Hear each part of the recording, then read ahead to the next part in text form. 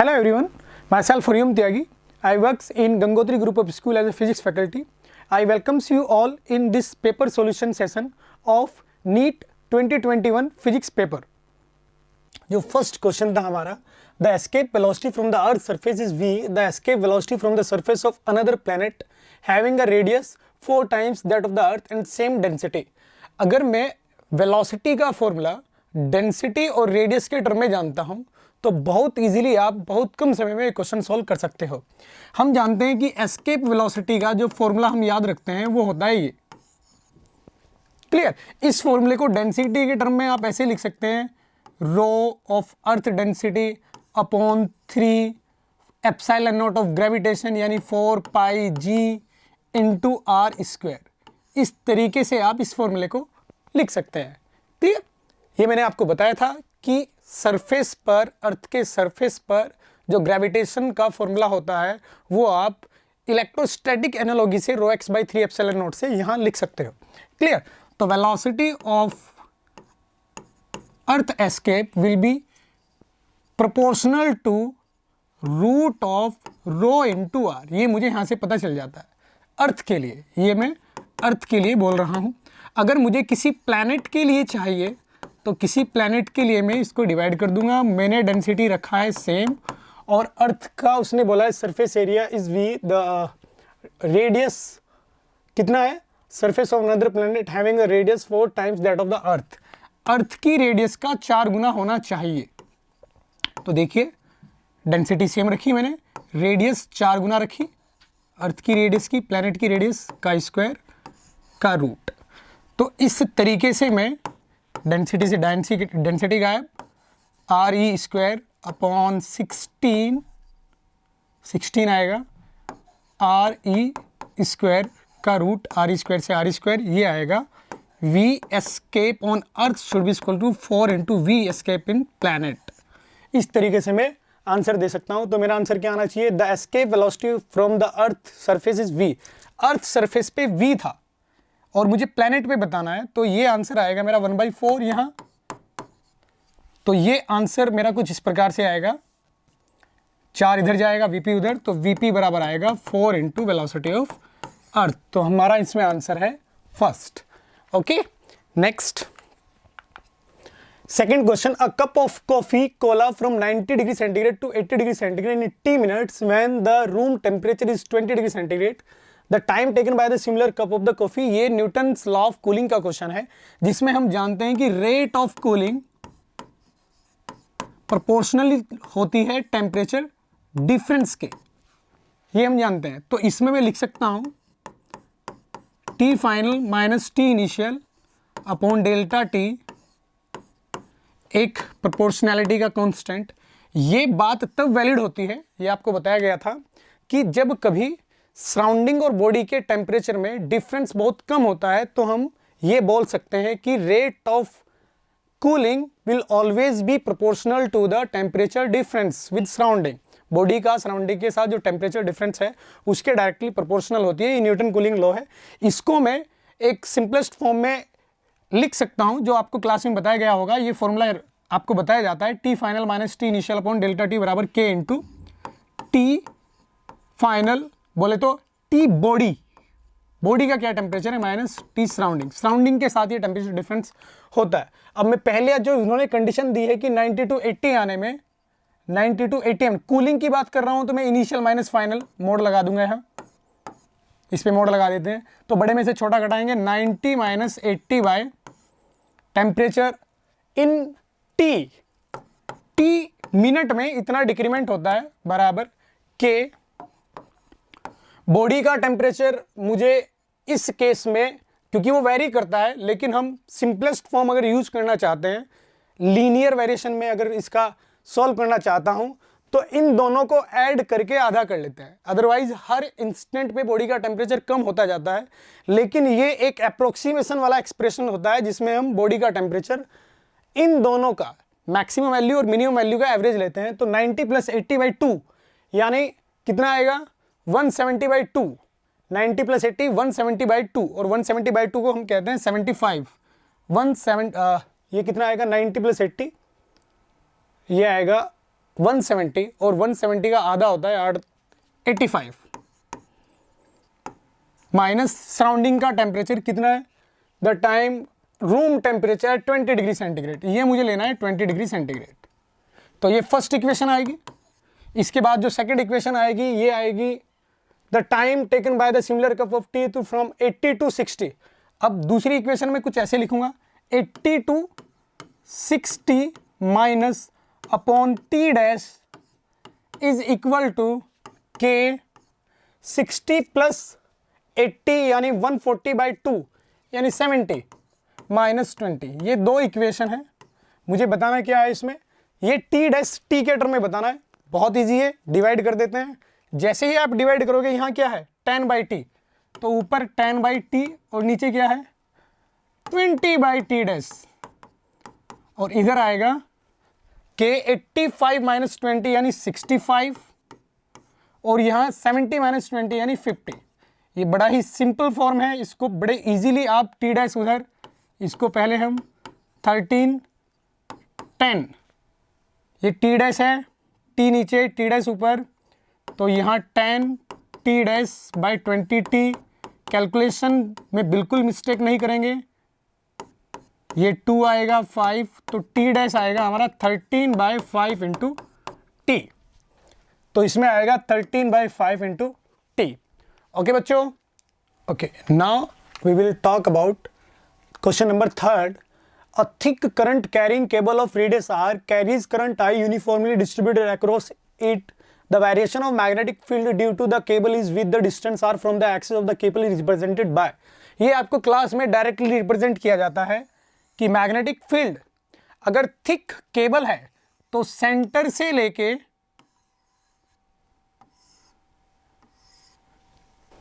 Magnetic field centre से लेके circumference तक बढ़ता जाता है।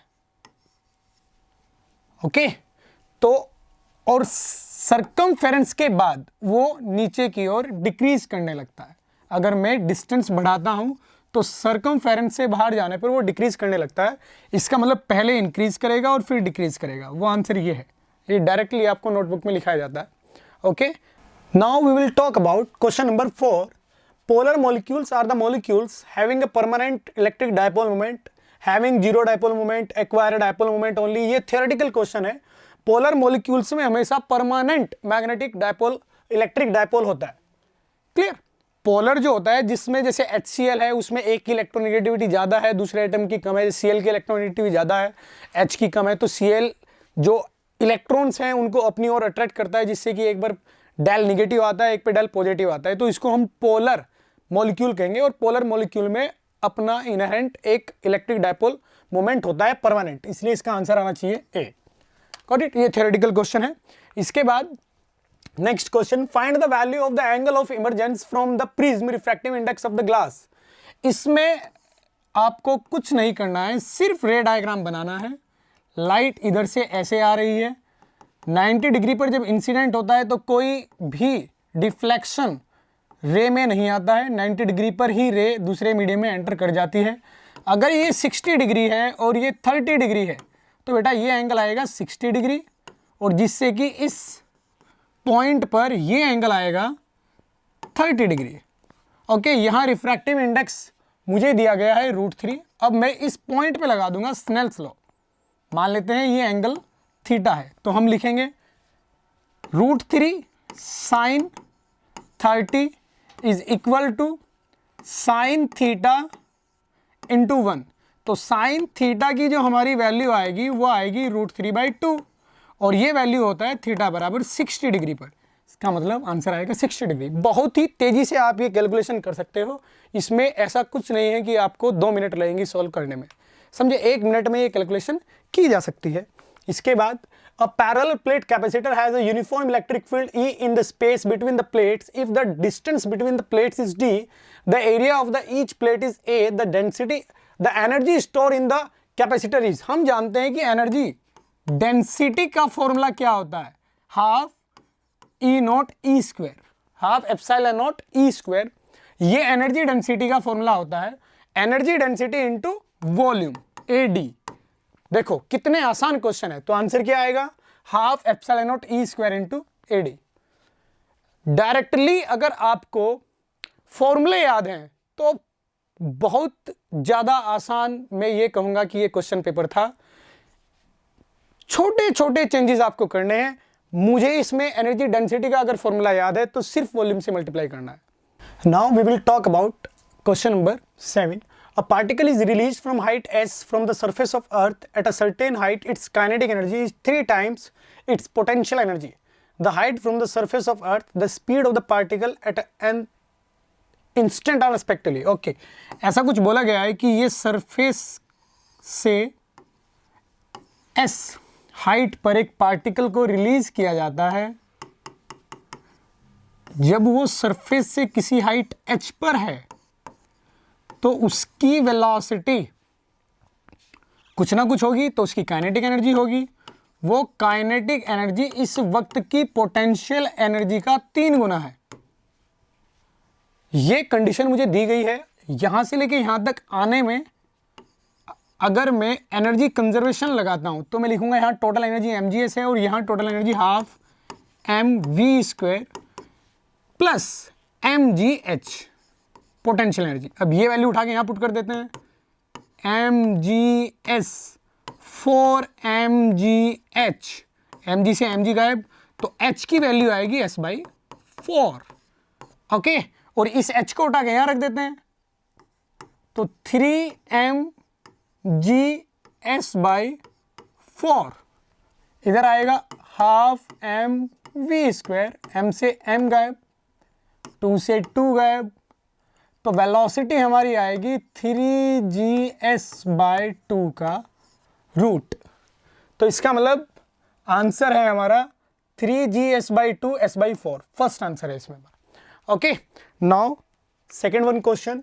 The velocity of the small ball of mass m and density d when dropped from in a certain container filled with glycerine becomes constant after some time if the density of glycerine is d/2, then the viscous force acting on the bull will be। देखो, जब कभी भी किसी liquid में आप किसी ball को छोड़ते हैं और उसकी वेलोसिटी कांस्टेंट हो जाती है, का मतलब उस पर जो फोर्सेस हैं वो बैलेंस्ड हैं।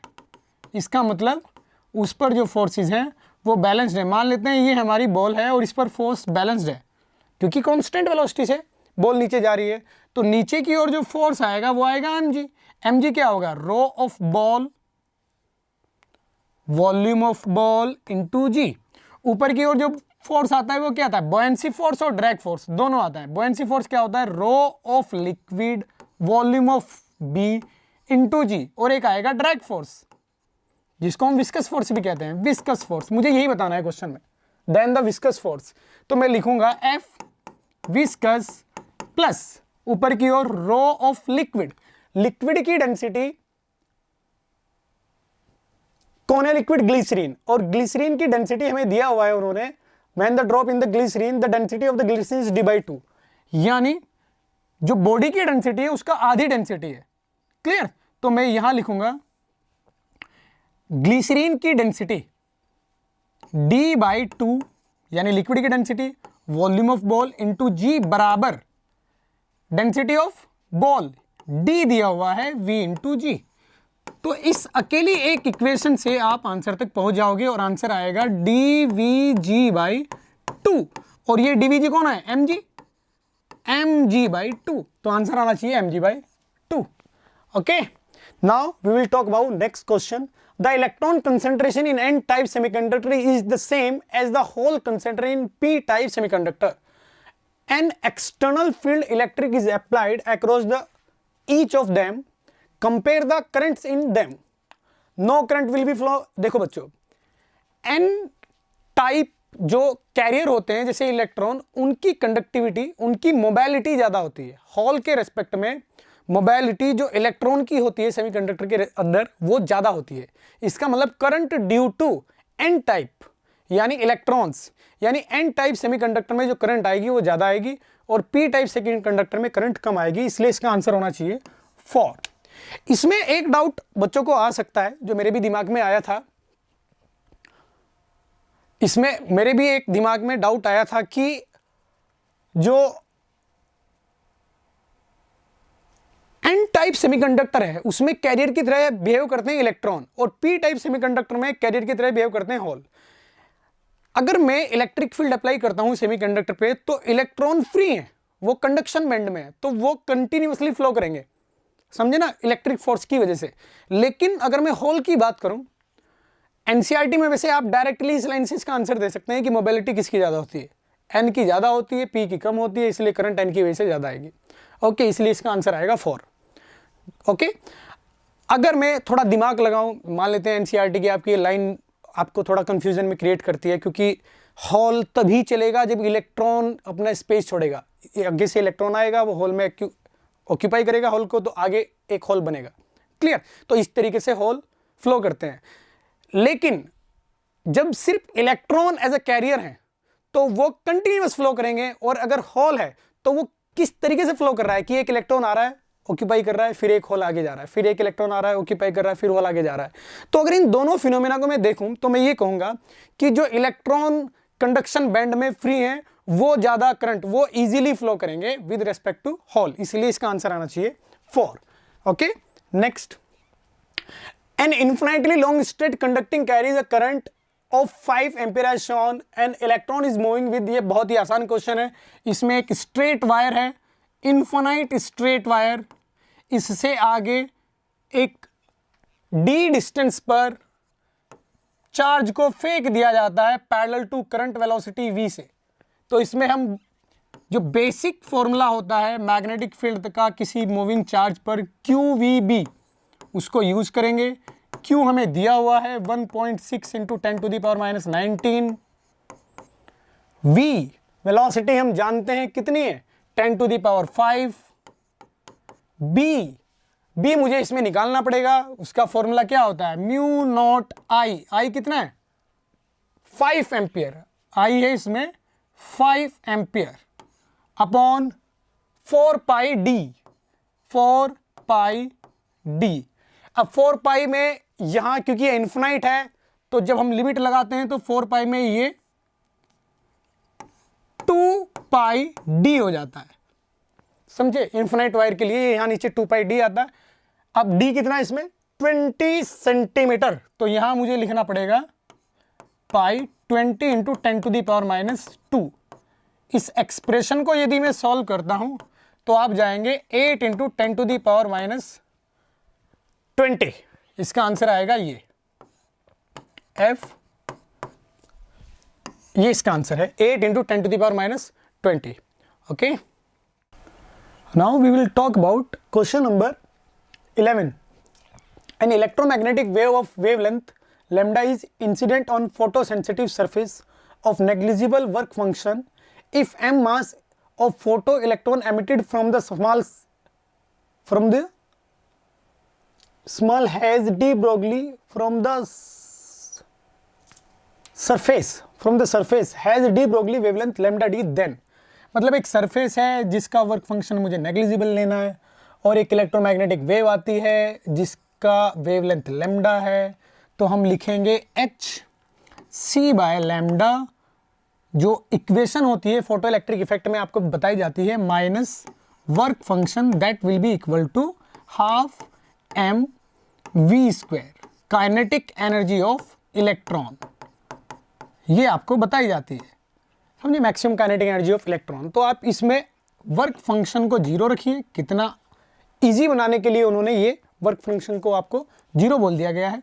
hc/लैम्डा will be equal to kinetic energy of electron.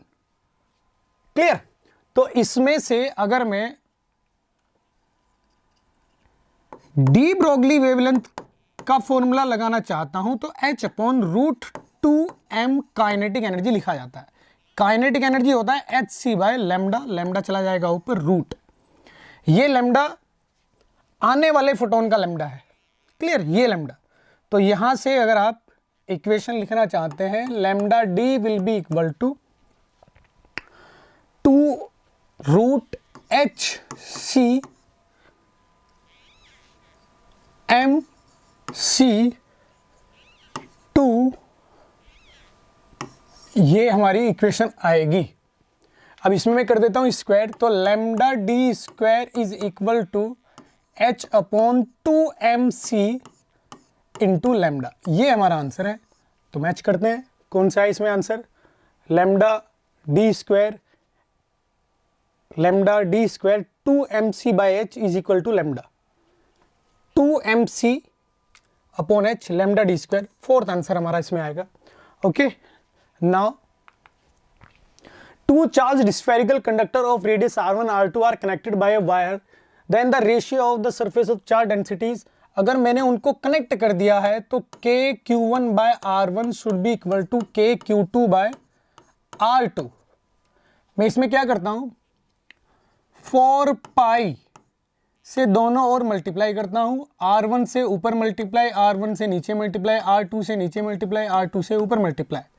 अब देखिए इसके से ये कैंसिल आउट, ये क्या लिखा हुआ है? Charge upon surface area of the sphere. तो यानी ये आएगा सिग्मा 1 r1 स्मॉल r उसने कैपिटल दिया हुआ है r2 बराबर सिग्मा 2 r2। तो आंसर मेरा इस इक्वेशन के अनुसार आएगा, ये r2 है। सिग्मा 1 बाई सिग्मा 2 की वैल्यू मुझसे पूछी गई है, तो r2 by r1 this will be our answer. कहाँ है r2 बाई r1? ये हमारा आंसर आ गया। Now we will talk about question number 13। An inductor of inductance L, a capacitor of capacitance C, a resistor of resistance R is connected in series to an AC source of potential difference V as volt as shown in the figure। हमें एक AC circuit दिया हुआ है जिसमें LCR component series में है, clear. और मुझे बताना है इसमें, ये क्वेश्चन कंप्लीट पूरा यहाँ टाइप नहीं किया हुआ है, इसमें बताना, इसमें मुझे I दिया गया है इंस्टेंटेनियस 20√2, क्लियर। और इसमें मुझे इम्पीडेंस बताना है कि इम्पीडेंस कितना आएगा Z। तो मैं क्या करता हूँ, पहले नेट सर्किट का LCR का मैं पोटेंशियल डिफरेंस निकाल लेता हूँ। तो इसमें 40 वोल्ट ऊपर आएगा, 40 ओम इधर आएगा और 10 इधर है। तो अगर मैं 40 में से 10 घटाऊंगा तो ऊपर कितना बचेगा? 30। तो ये लेंथ आएगी इधर 30 और ये 40 है, तो रिजल्टेंट जो आएगा वो आएगा 50। तो यानी सर्किट का नेट पोटेंशियल डिफरेंस जो VRMS वैल्यू आई है वो आई है 50, क्लियर। और यहां मुझे जो करंट दिया गया है इस क्वेश्चन में वो 20√2 है, क्लियर।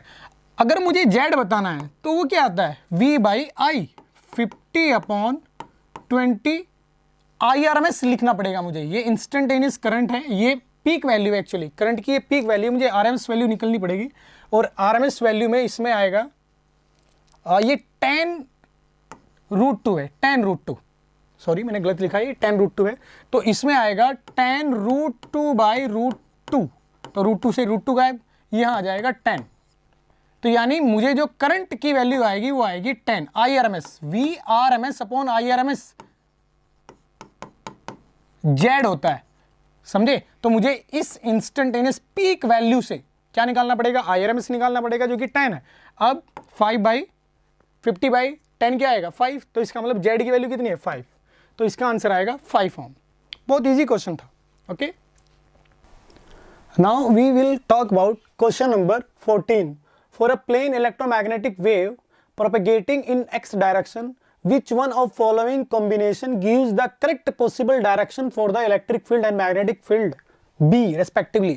हम जानते हैं कि इलेक्ट्रोमैग्नेटिक वेव में इलेक्ट्रिक फील्ड और मैग्नेटिक फील्ड एक दूसरे के परपेंडिकुलर होते हैं और ये दोनों परपेंडिकुलर डायरेक्शन प्रोपगेशन के परपेंडिकुलर होती है।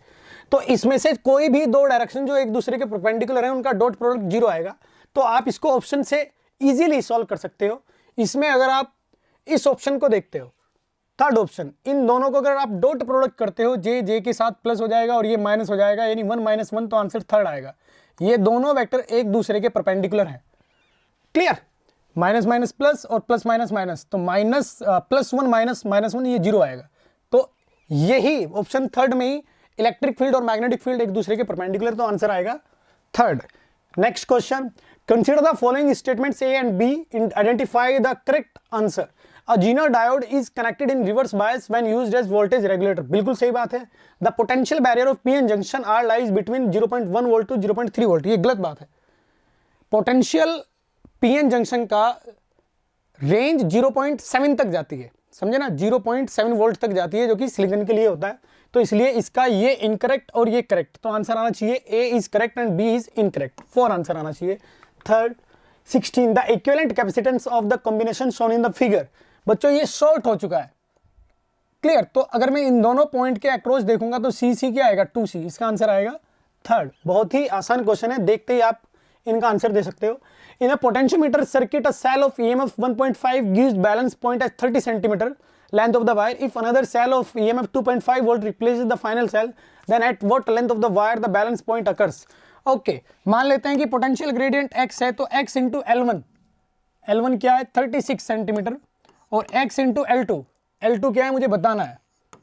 और पहला EMF कितना है 1.5, दूसरा EMF कितना है 2.5। देखो ये कैलकुलेशन है, 3, 5, L2 मुझे बताना है, x से x गायब, तो L2 जो आएगा 36 इंटू 5/3, 12, 60, 12 फिफ्थ जा 60, 12 पंजे 60, तो 60 आंसर आएगा 2। ओके, समझ में आया क्या किया मैंने। ये EMF potential gradient into L1, EMF potential gradient into L2, potential gradient same रहेगी एक पोटेंशियोमीटर वायर के लिए, तो इसको डिवाइड किया, आंसर आ गया। Next, a capacitor of capacitance C is connected across an AC source of voltage V given by V बराबर V naught sine omega t। The displacement current between the plate of the capacitor would then be given by. देखो आपको पता होना चाहिए कि displacement current क्या होती है।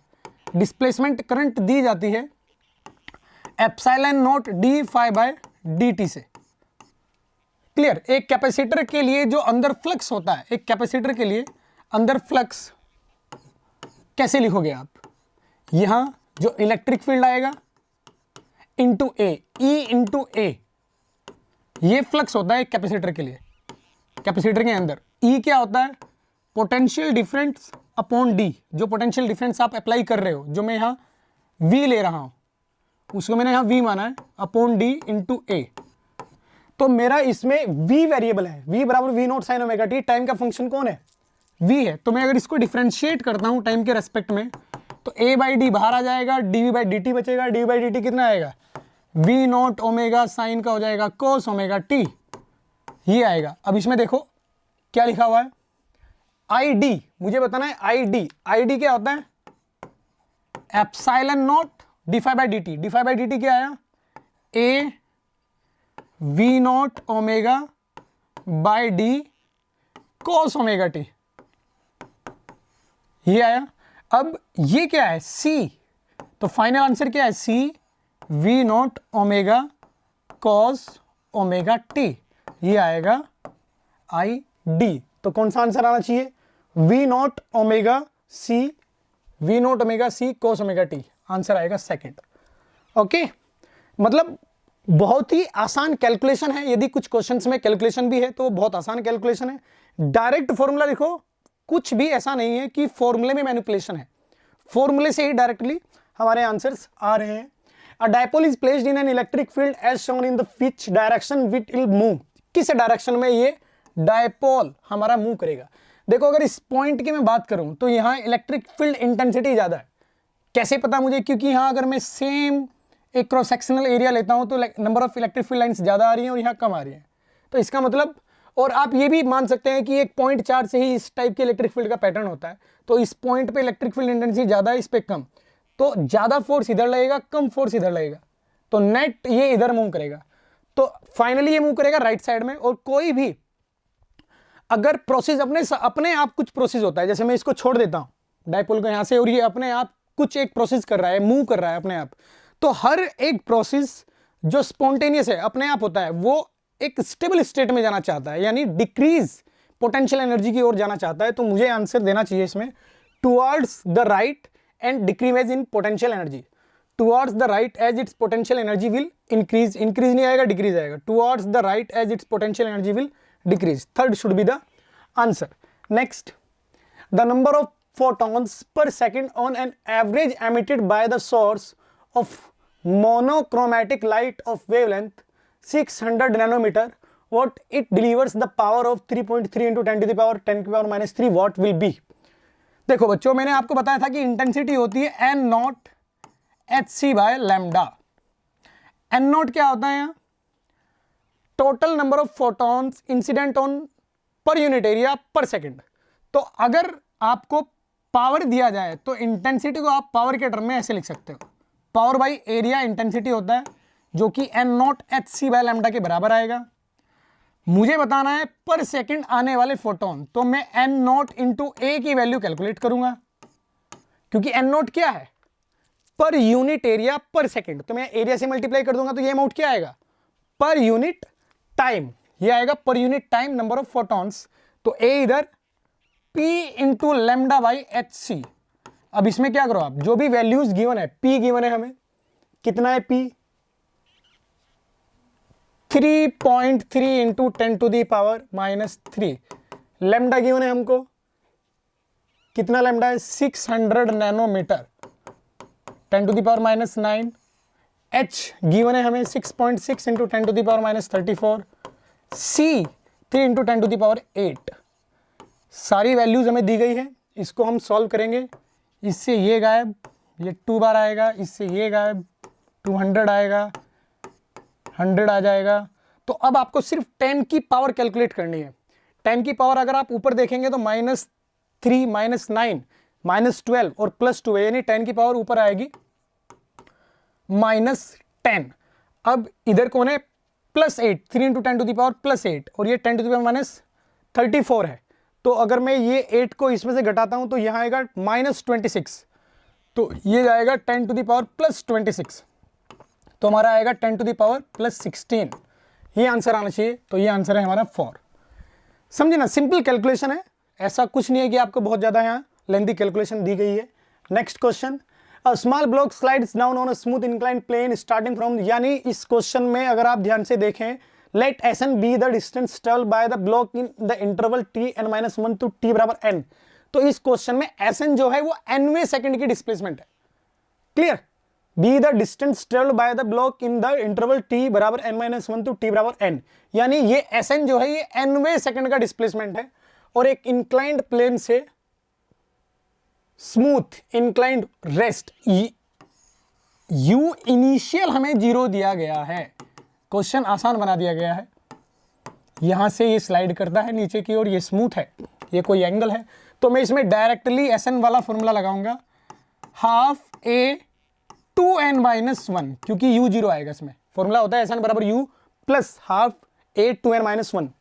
क्लियर, मुझे इसमें बताना है Sn अपॉन Sn प्लस 1, तो मैं यहां लिखूंगा Sn, ये है Sn प्लस 1, जो आएगा वो आएगा हाफ a की वैल्यू दोनों ही केस में g साइन थीटा आएगी, तो मैं a ही रख लेता हूं, सेम दोनों ही केस में g साइन थीटा आएगी, तो a ही रख लेता हूं, 2n प्लस 2 माइनस 1।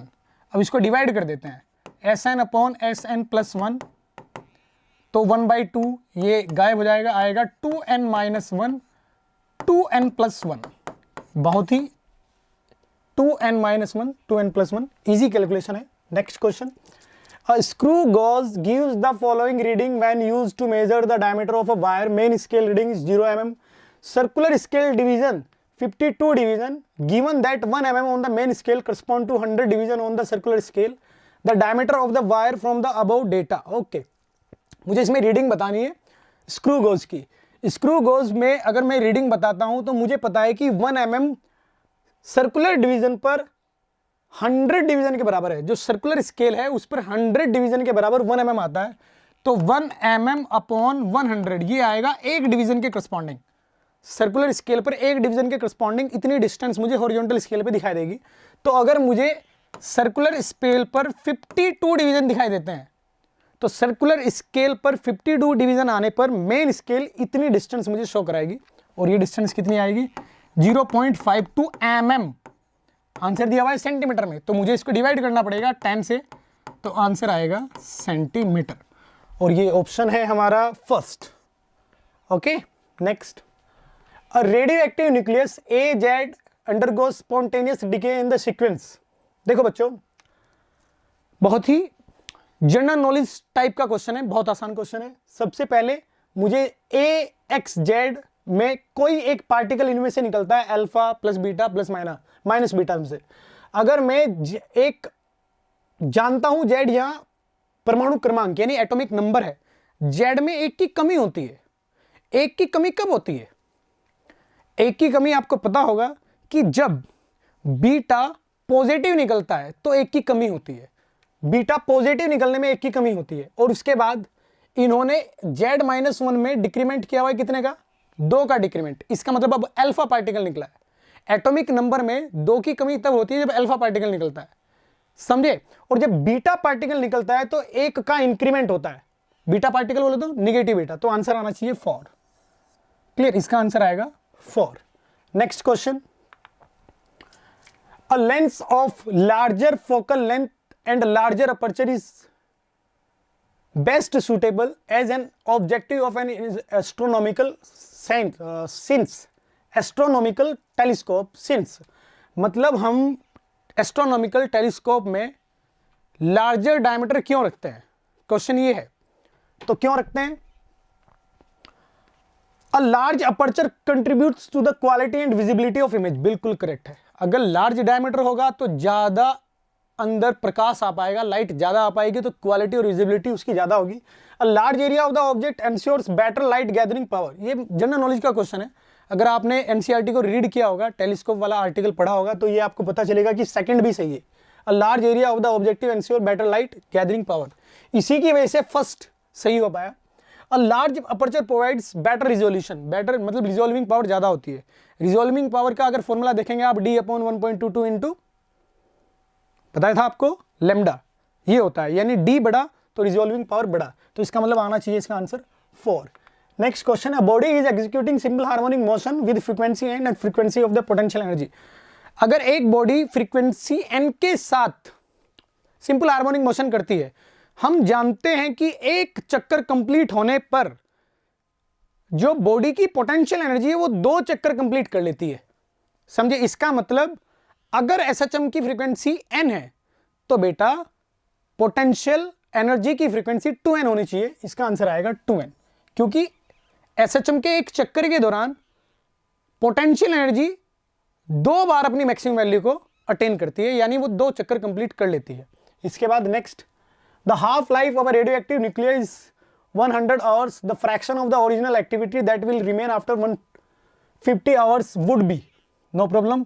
ए टी बराबर होता है A naught E to the power minus lambda into T. आसान क्वेश्चन है। लैम्डा हम सभी जानते हैं क्या होता है, ए टी बराबर A naught E to the power minus L N 2/t half. दिया हुआ है हमें 100 इंटू 150 3/2। तो इसको मैं लिख सकता हूं A naught E to the power minus L N 3/2। ये 100 था, e to the power L N 2 to the power minus 3/2। 1.5 को 3/2 लिख सकते हैं।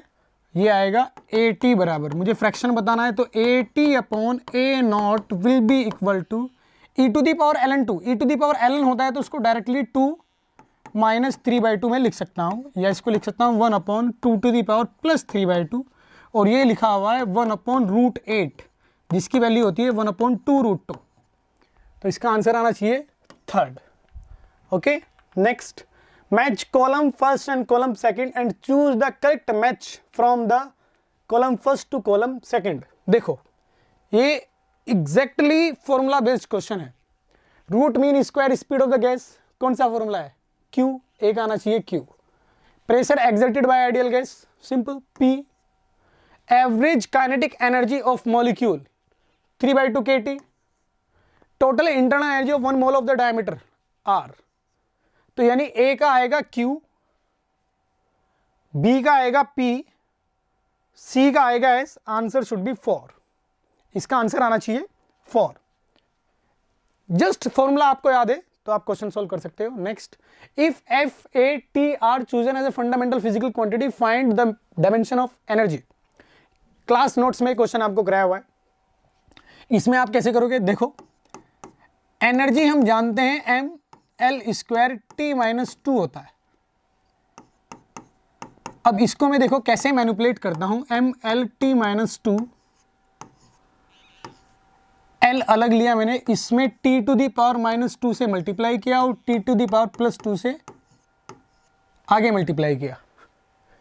ये दोनों मिलाएंगे तो t की पावर 0 आएगी, ऐसा मैं कर सकता हूँ। तो E की जो डायमेंशन आएगी, ये कौन है? फोर्स। ये कौन है? एक्सिलरेशन। और ये कौन है? टाइम का स्क्वायर। तो हमारा आंसर आना चाहिए F8t²। Answer should B third. Next, water falls from a height of 60 meter at the rate of 50 kilogram per second to operate a turbine. The loss due to the fractional are 100%, 10% of the input energy. How much power it generated by the turbine? मैं मान लेता हूँ 1 second में इसने मुझे बताया 15 kilogram पानी ऊपर से नीचे आता है। कितने ऊपर से? 60 मीटर से। तो जब वो नीचे आएगा तो एनर्जी मुझे मिलेगी mgh। ये 1 सेकंड में मिलने वाली एनर्जी है mgh, क्योंकि 15 किलोग्राम 1 सेकंड का है, तो यानी ये पावर है। और इसका 10% 15 इंटू 600 इंटू 10 लॉस हो जाता है। इसका 10% लॉस हो जाता है फ्रिक्शनल फोर्सेज में। तो ये मुझे पावर मिलेगी। How much power is generated by the turbine? इतनी पावर में जनरेट कर देता हूं। देखिए ये आएगा 9000 माइनस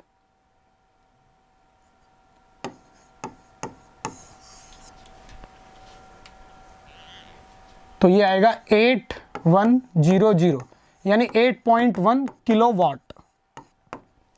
8.1 किलोवाट ये आंसर है। कैलकुलेशन बिल्कुल भी ऐसी नहीं है कि आपको समय लगेगा, समझे? बहुत ही आसान कैलकुलेशन है।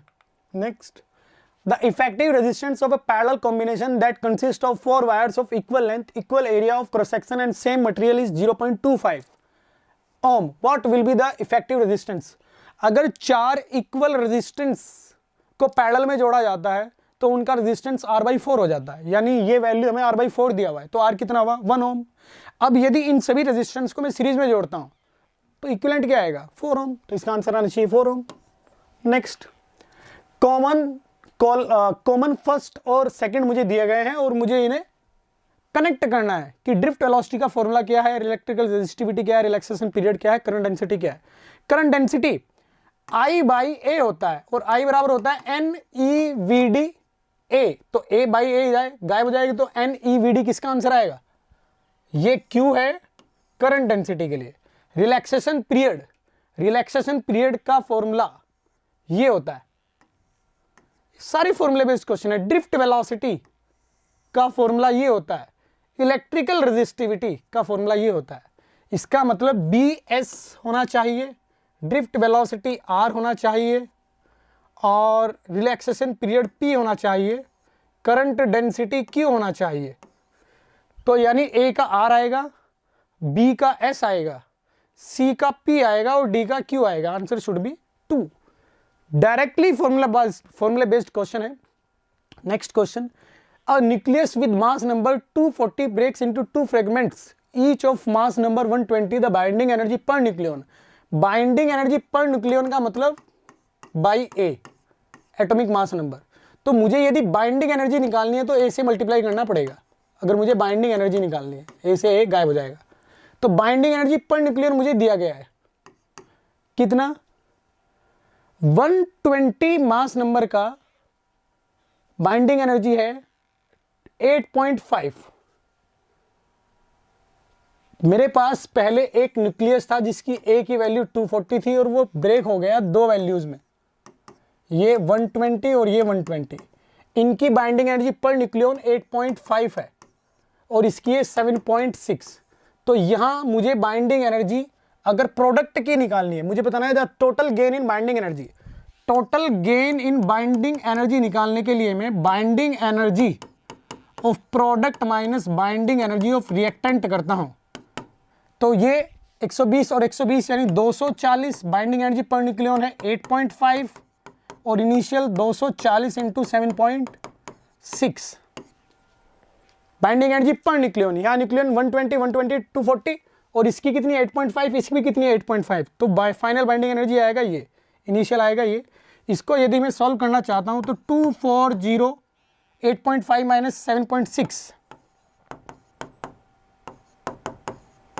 ये आएगा 4 यानी 0.9, 240 इंटू 0.9।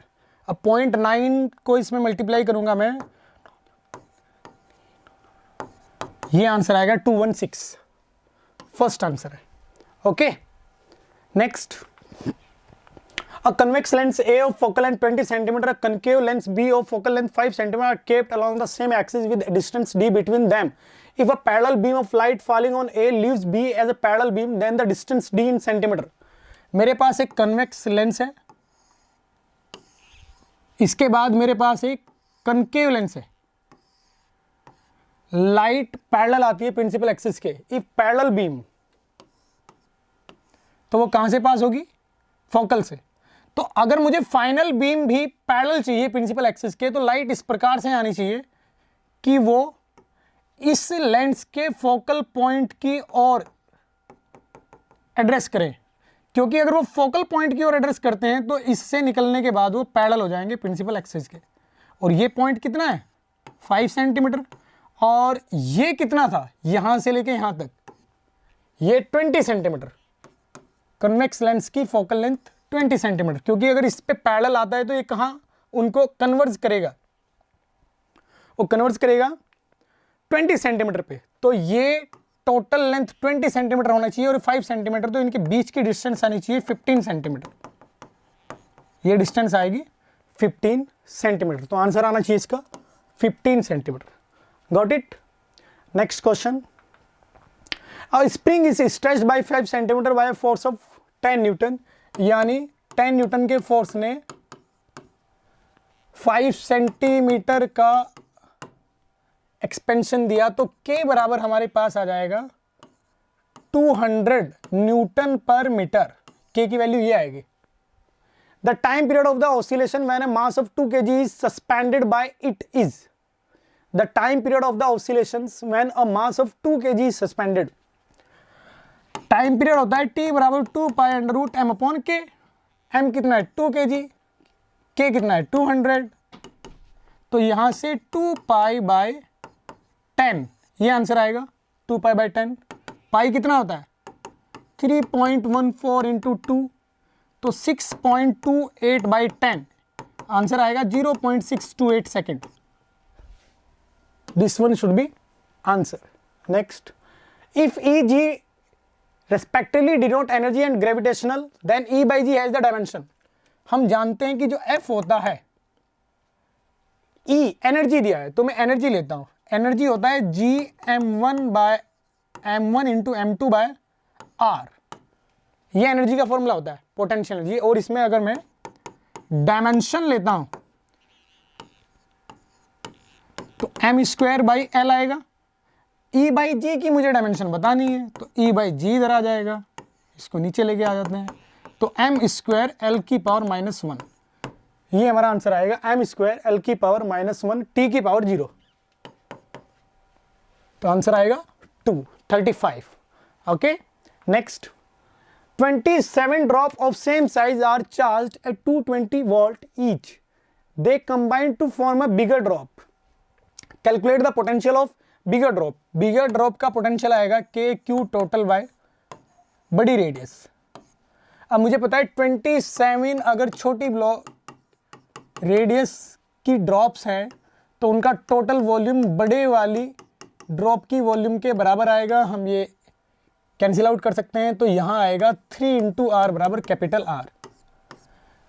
छोटे वाली ड्रॉप का जो पोटेंशियल है वो था K Q 1 by R1 is equal to 220 volt. तो यहां से मैं Q1 की वैल्यू निकाल सकता हूं 220 इंटू R1 बाय के। एक ड्रॉप पे इतना चार्ज है, तो 27 ड्रॉप पे आएगा इंटू 27 इंटू 27, ये आएगा कैपिटल Q।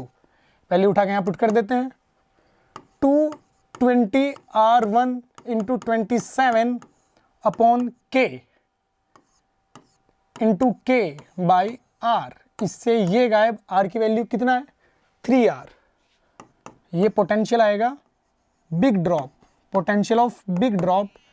आर की वैल्यू 3R रख देता हूं इंटू 27, ये है 3r स्मॉल 1, इससे ये गायब, इससे ये 9, तो आंसर आएगा 1980।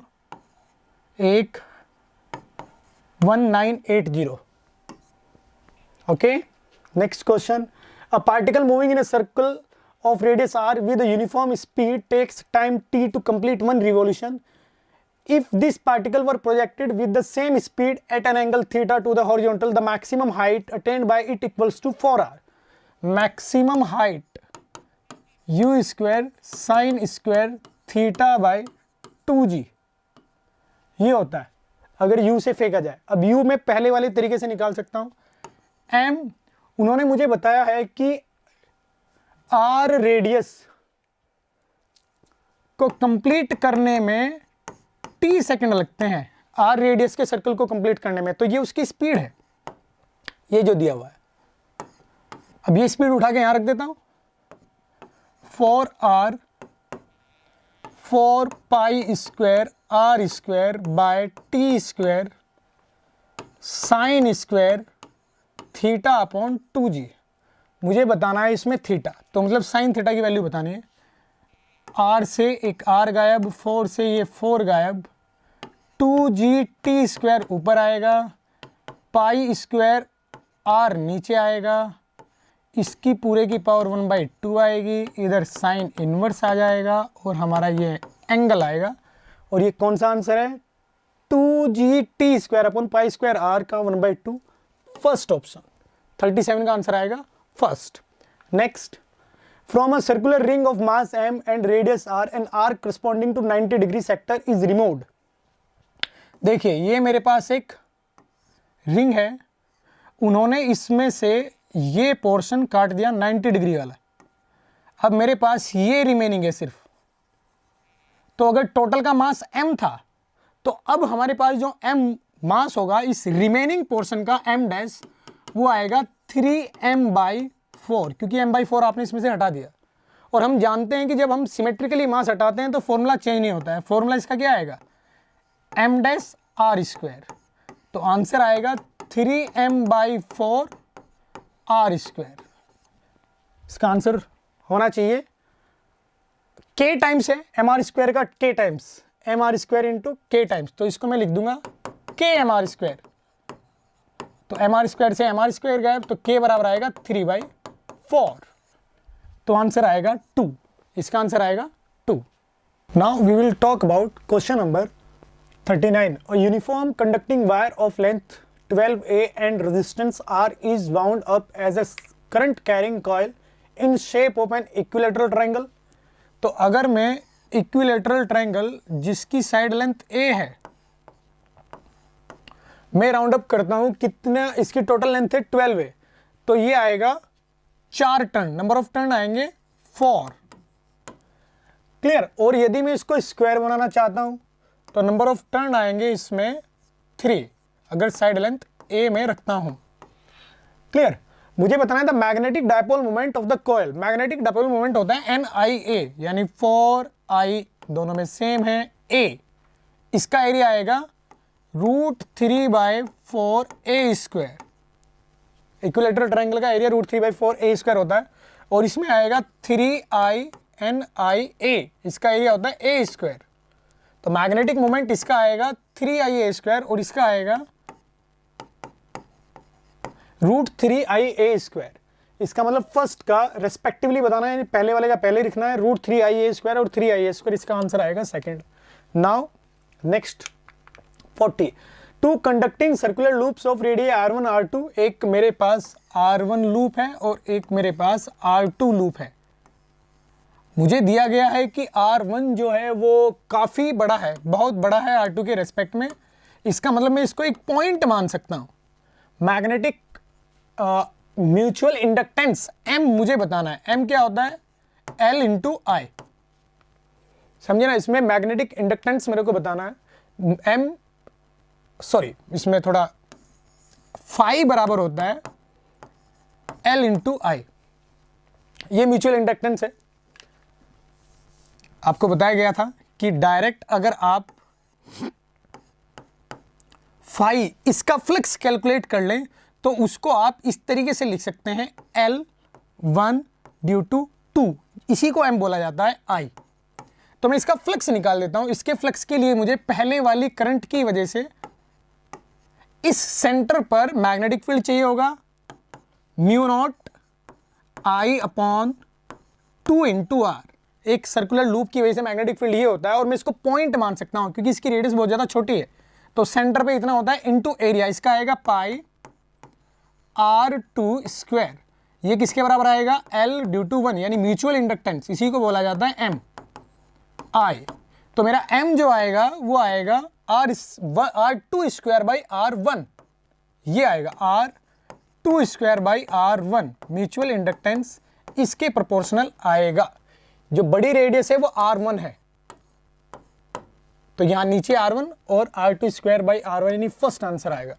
ओके बच्चों, next, a particle of mass m is projected with velocity v, k v e, k is less than 1, यानी escape velocity से कम वेलोसिटी के साथ अर्थ से एक बॉल को फेंका जाता है, k v e, ये टोटल अमाउंट कम है v e से।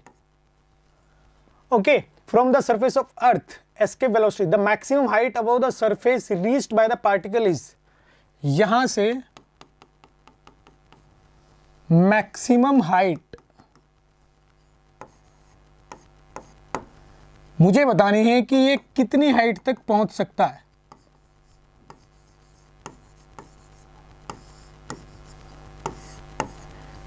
Clear, the maximum height above the surface reached by the particle. मान लेते हैं कि ये मैक्सिमम हाइट अगर यहां तक पहुंचता है तो इसकी फाइनल वेलोसिटी आएगी 0।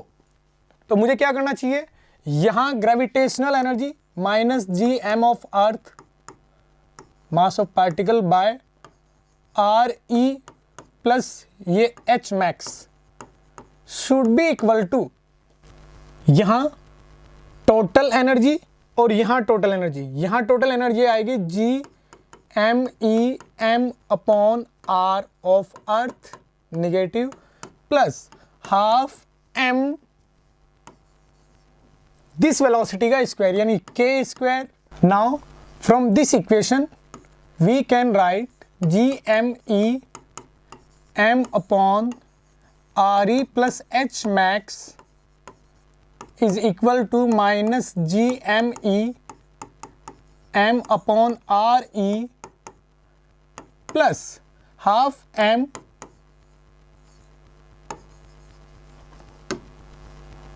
के square V E square. K square V E square क्या होता है, 2 G M by R E into R E. Okay, now इस इक्वेशन को अगर मुझे सॉल्व करना है बहुत इजीली, ये 3 टर्म ऊपर आएंगे, उसको मैं हटा सकता हूं। देखिए, minus G M E M upon R E plus H max बराबर minus G M E M upon R E plus, इसमें जी एम ई एम ऊपर लिखा हुआ है, मैं एक साथ लिख देता हूं जिससे कि आपको इजीली कैलकुलेशन में कोई प्रॉब्लम ना आए, इजीली हम कट कर सकें उसको। तो इस 2 से ये गायब, जी एम ई से जी एम ई गायब पूरी इक्वेशन में। अभी तक आपको ऐसा लग रहा होगा कि यार ये कितना लेंदी इक्वेशन से जा रहे हैं, ऐसा बिल्कुल नहीं है। इस आर से ये आर गायब आएगा तो आर ई यहाँ बचेगा।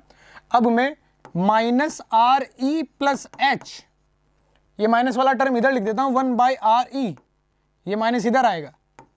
ओके, तो इधर आएगा 1 के स्क्वायर बाई आर ई, ये मेरे पास आ जाएगा। अब इसको सोल्व करते हैं तो आर ई इधर आएगा। मुझे इसमें वैल्यू किसकी बतानी है, the maximum height of the surface, maximum height ये बताना है मुझे, एच इसमें बताना है। तो 1 minus K square by R E, 1 minus K square by R E, 1 by R E plus H, उल्टा कर देते हैं, R upon 1 minus K square, यहाँ भी उल्टा आ जाएगा, आर ई प्लस एच ऊपर आएगा, मुझे एच बताना है तो आर इधर से घट जाएगा, एच आएगा। क्लियर, अब इसको इधर से मल्टीप्लाई करूंगा मैं इसके साथ, तो ऊपर जाके आर अगर मैं कॉमन लेता हूं तो 1 माइनस 1 प्लस के square bye 1 minus K square बराबर एच, ये आएगा। और इससे ये गायब, फाइनल आंसर आएगा आर के square upon 1 minus K square, ये मैक्सिमम हाइट है, आर के square 1 minus K square. First इसमें हमारा आंसर आएगा। कैलकुलेशन आपको इसलिए ज़्यादा लग रही होगी, अगर मैं एक ही इक्वेशन में रखता हूँ और डायरेक्टली वी की वैल्यू पुट कर देता हूँ तो ऊपर वाला टर्म कैंसिल आउट हो जाएगा और मुझे एच के लिए सॉल्व करना है। तो यानी ये इक्वेशन आपको डायरेक्टली बनती हुई नजर आएगी और इस इक्वेशन से बहुत तेजी से हम आंसर लिख सकते हैं। Okay, next question. A step down transformer connected to an AC main supply of 220 volt is made to operate at 11 volt 44 watt lamp. Ignoring power losses in the transformer, what is the current in primary circuit? Primary circuit में अगर मुझे current बताना है और power loss 0 है तो इसका मतलब है P1 V1 V1 I1, P input बराबर P आउटपुट, यानी P प्राइमरी बराबर P सेकेंडरी, यानी VSIS will be the power, secondary हो चाहे प्राइमरी हो। अब प्राइमरी का मुझे दिया हुआ है 220 इंटू आई प्राइमरी, पावर कितना है 4 तो आई प्राइमरी कितना आया 4 बाई 220 यानी 0.2, इसका आंसर आना चाहिए 0.2। Next question, for the given circuit the input in digital signals are applied at the terminal A B C, What will be the output at the terminal Y? देखिए बच्चों, इसको मुझे क्या करना है कि मैं पहले 0 पुट करूंगा A पर, B पर 0 पुट करूंगा और C पर 5 पुट करूंगा। तो यहां से जब 0 जाएगा, ये एंड है तो यहां 0 आएगा, यहां 0 आएगा तो यहां भी क्या आएगा 0। अब इसके बाद ये 0 ये 5 और ये क्या है नेंड, यानी एंड का अपोजिट, तो ये आना चाहिए 0 और 5 में 0, लेकिन इसका उल्टा है तो यहाँ आएगा 5। तो 0 और 5 ये क्या है और, तो और में 0 या 5 में से क्या आएगा 5, तो इसका मतलब आएगा 5। इसके बाद मैं क्या करूंगा कि यहाँ फर्स्ट में 5 पुट करूंगा, इसमें फिर 0 पुट करूंगा और नीचे फिर से 5 पुट करूंगा। तो यहाँ 5 रखूंगा, यहाँ 0 है, 0 ये एंड है, फिर से 0 आएगा और यहाँ 5 और यहाँ 0, क्लियर। तो फिर से यहाँ क्या आएगा 5, क्योंकि ये नैंड है, 0 का अपोजिट 5 लिखूंगा मैं, 0 और 5 फिर और है, फिर से 5 आएगा, तो इस पॉइंट पे भी क्या आएगा 5 आएगा। ऐसे ही आप T3 पे चेक कर सकते हैं, T4 पे चेक कर सकते हैं, हर टाइम पर ये आउटपुट हमें 5 देगा इस सर्किट से, हर एक इंस्टेंट पर। तो इसका जो आंसर आएगा इसका आएगा थर्ड, क्योंकि मैं ये वैल्यूज है ना अलग अलग टाइम T1 T2 T3 पे अगर यहाँ पुट करता हूँ तो आउटपुट हमेशा 5 मिलता है, इसलिए इसका आंसर आएगा third. Next, a ball of mass 0.5 kg is dropped from a height 10 meters, strikes the ground and rebounds to the same height. The magnitude of the impulse imparted to the ball is, okay, अगर वो same height तक जाता है इसका मतलब ball ground से टकरा के सेम वेलोसिटी इसमें वापस जाती है और जो हाइट आएगी वो आएगी √2gh। 15 kg की बॉल है और उसको कितनी हाइट से 10 मीटर की हाइट से फेंका जाता है, तो √2g की वैल्यू मुझे 10 लेनी है, h 10 ये आएगा उसका वेलोसिटी टकराने का, इंटू 2 इंटू m ये आएगा चेंज इन मोमेंटम जो कि इंपल्स के बराबर होता है, change in momentum he impulse के बराबर होता है, तो आंसर आएगा 2mv। m कितना है 0.15 और ये आएगा 200 यानी 10√2, तो हमारा आंसर आएगा 15 यानी 30, 0.3 10 3√2 हमारा आंसर आ रहा है। और 3√2 कितना होता है 1.414 इंटू 3,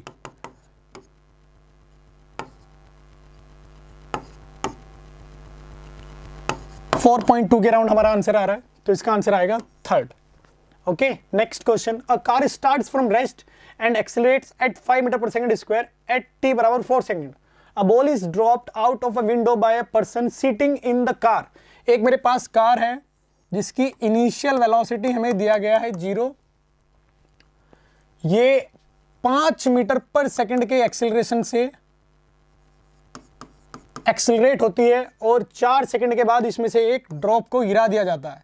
तो 4 सेकंड के बाद इसकी जो वेलोसिटी आएगी वो कुछ इस प्रकार से मैं निकाल सकता हूँ, 0 + 5 × 4 यानी 20 मीटर पर सेकंड के साथ अगर मैं बॉल को ड्रॉप करता हूँ तो कार की वेलोसिटी बॉल को मिलेगी, यानी इसकी वेलोसिटी आगे की ओर होगी 20 metre per second.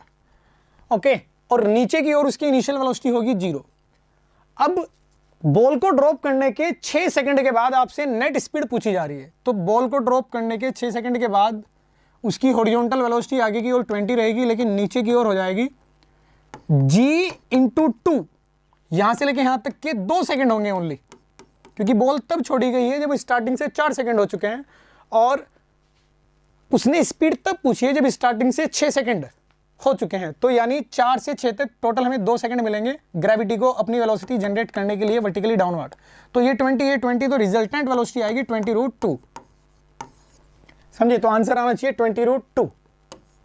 Next question, a point object is placed at a distance of 60 cm from a convex lens of the focal length 30 cm if the plane mirror were put perpendicular to the principal axis of the lens।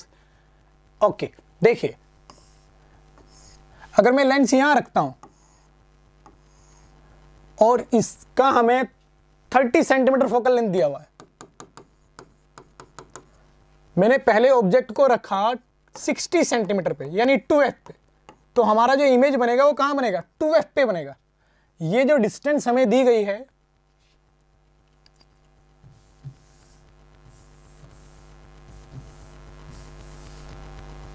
ये distance हमें दी गई है a point object 40 centimetre, ये 40 centimetre है, figure में बताया गया है।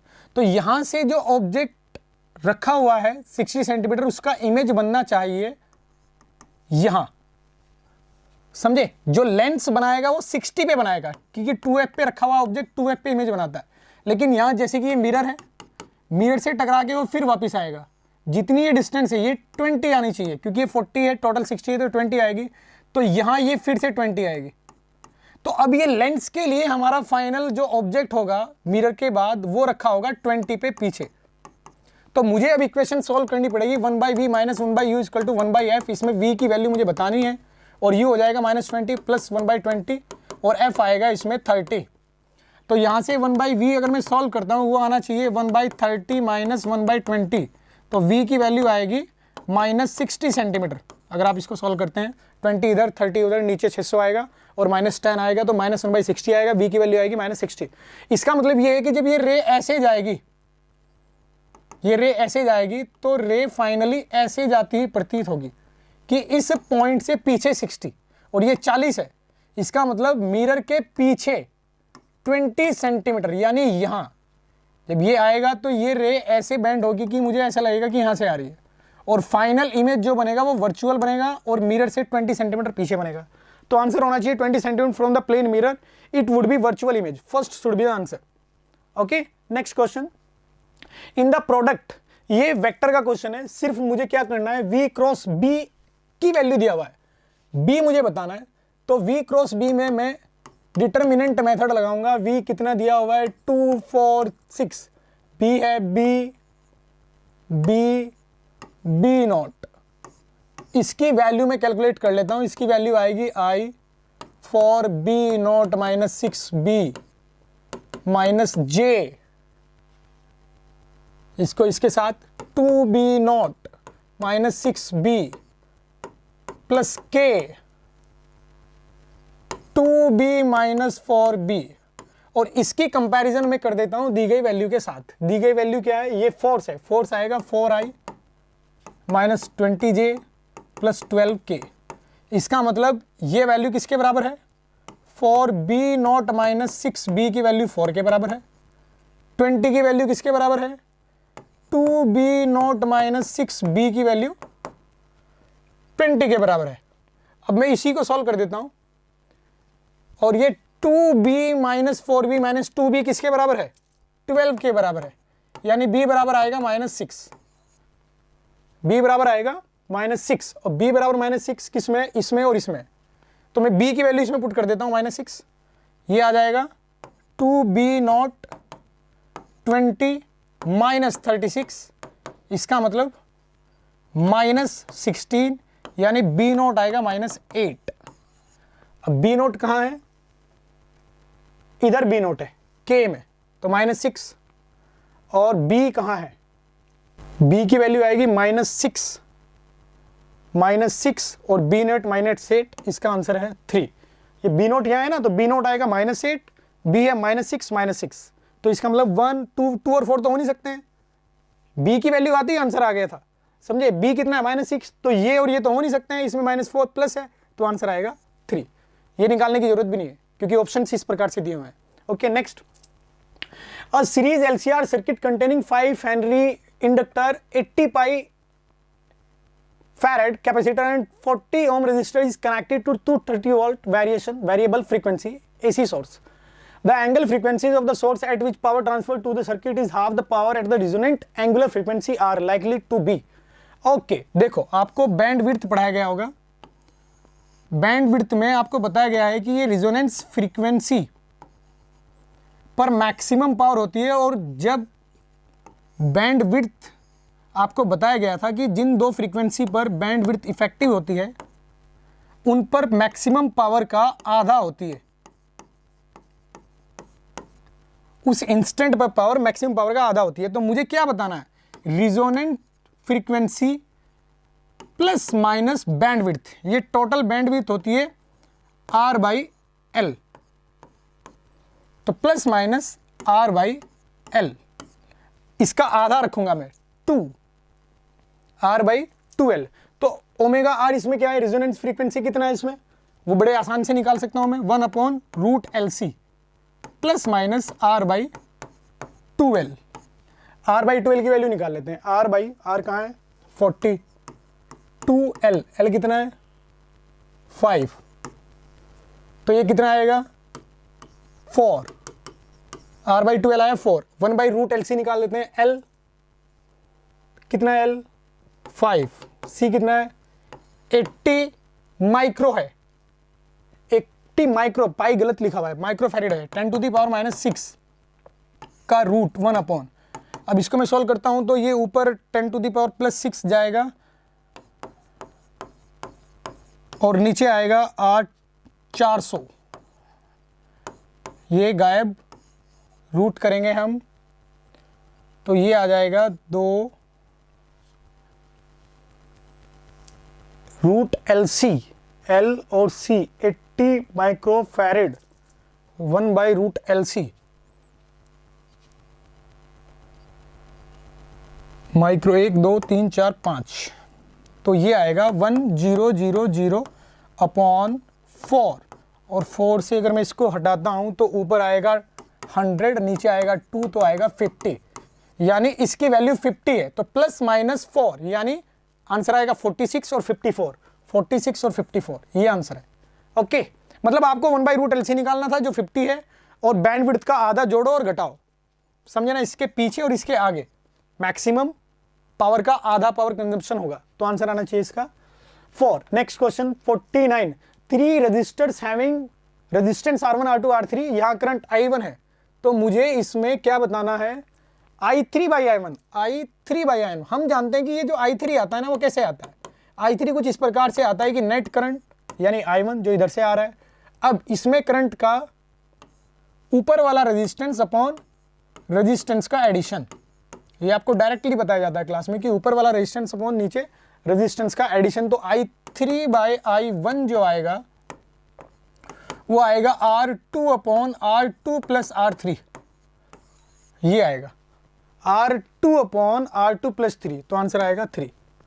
49 का 50, a uniform rod of length 20 centimetre and mass 50 gram is balanced on the weight placed at 40 centimeter mark, a mass of 2 kg suspended from the rod at 20 centimeter and another unknown mass m is suspended from the rod at 160 centimeter mark as shown in the figure. Find the value of m such that the rod is in equilibrium.